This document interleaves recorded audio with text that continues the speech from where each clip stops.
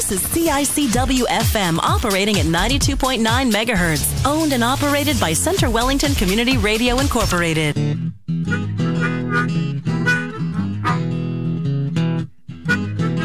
You're listening to The Grand at 92.9. It's Swap Talk live show every Tuesday night with Kim Ecclestone, myself, and all sorts of fun people from the community telling us what's going on in the community.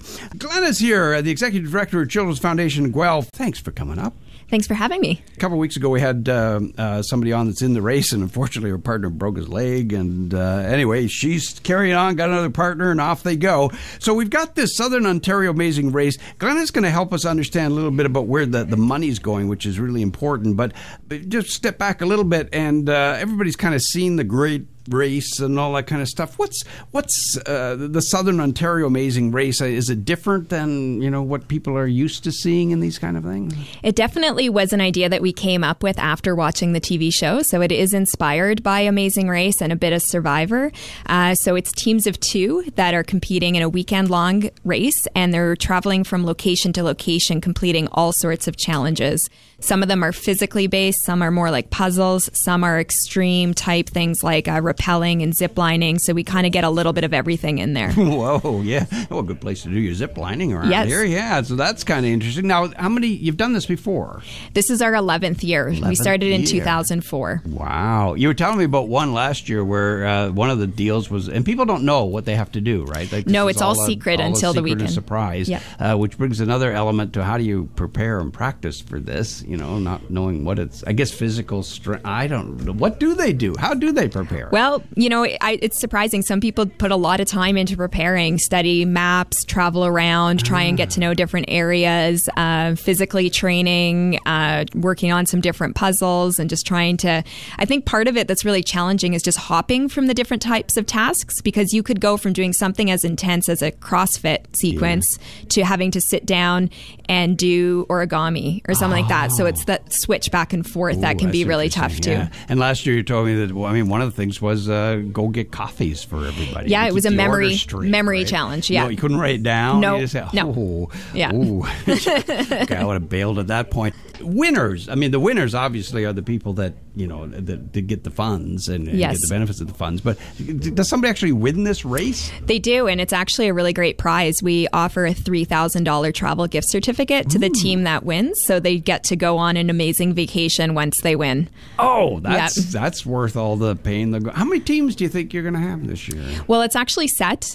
So we have 21 teams competing this year, and we actually limit the amount of teams that we put into the race. The application period's in January. The reason why we do that is because we do such in-depth types of things. So we've had them up in helicopters, all sorts of things. So we can't have hundreds of participants because it's the cost of it. Yeah, so it's a more focused type of event. Yeah. We're all going in a helicopter. Okay, we got to get helicopters. Yeah. Okay, so let's talk a little bit about where this money goes. So first of all, and I'm always interested in this, when you have these types of events, how do people actually raise the money? So we choose the teams in January, and part of the reason for that is that from that period up until the race weekend, they're raising funds for the race, pledges for themselves. And what we actually do is the amount of money that they raise helps them during the race. So for every $500 to $1,500 that they raise, they receive tokens that they can use to skip challenges or get help with challenges. So raising funds is actually their first competitive advantage, where they can come to the starting line and be starting with something that they can use as a competitive edge during the race weekend. Another smart idea, because you find with some of these things that, the fundraising gets to be kind of secondary sometimes, because people get really intense in what they're doing. What a way to move that up the priority chain, right? Is you say, hey, folks, if you actually do it well, it'll help you in the race. Yes. That's something we came up with early on, and it's really worked to help. And people are really committed to the cause as well, so there's the dual purpose for doing it. Yeah, but that keeps it right up there at the top in there.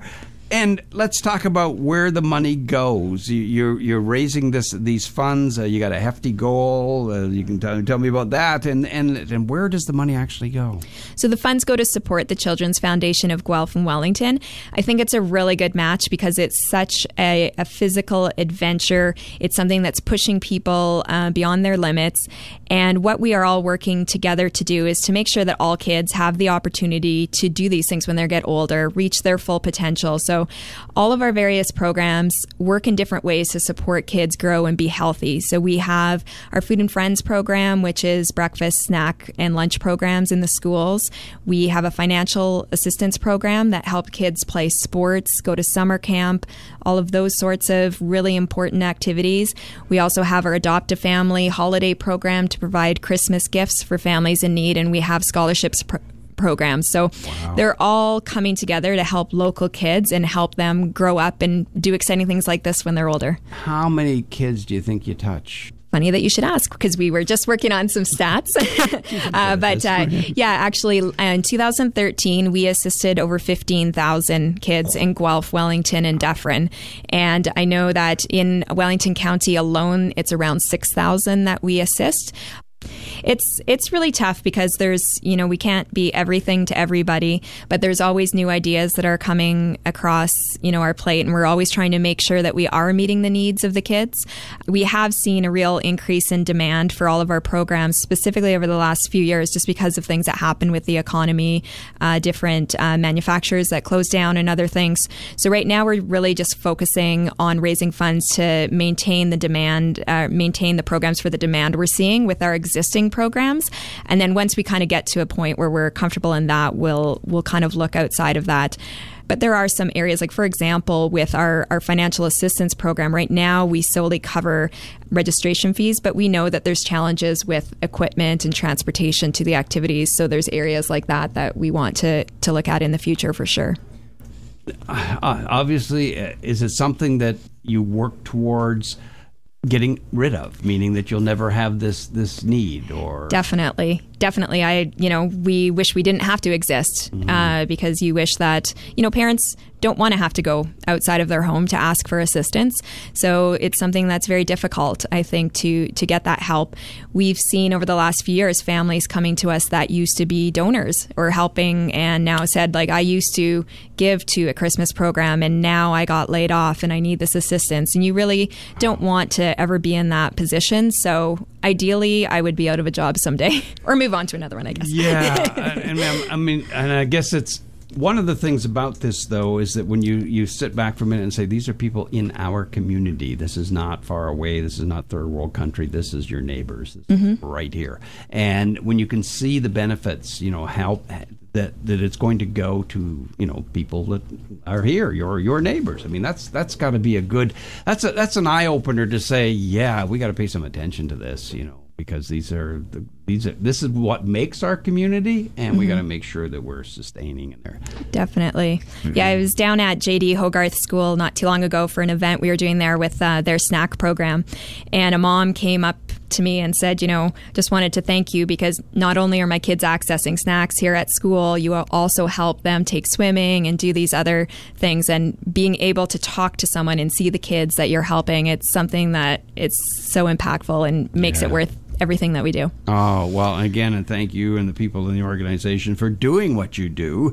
And it's sad that we have the need, but I mean, the best we can do, folks, is actually support it and get involved. Find these people that are on the race, help them out, contribute to their efforts to win and to raise money for, a fantastic cause. You can't miss the one sign on the way into Elora, Rob, on Mill Street. I think it's Tim and there's the two. Kylie, and they have a huge sign on their fence for the amazing race. Really? So, so if you want to stop and, drop them a few dollars, or I know they're always having garage sales or something like that, just stop and donate some money. So wow.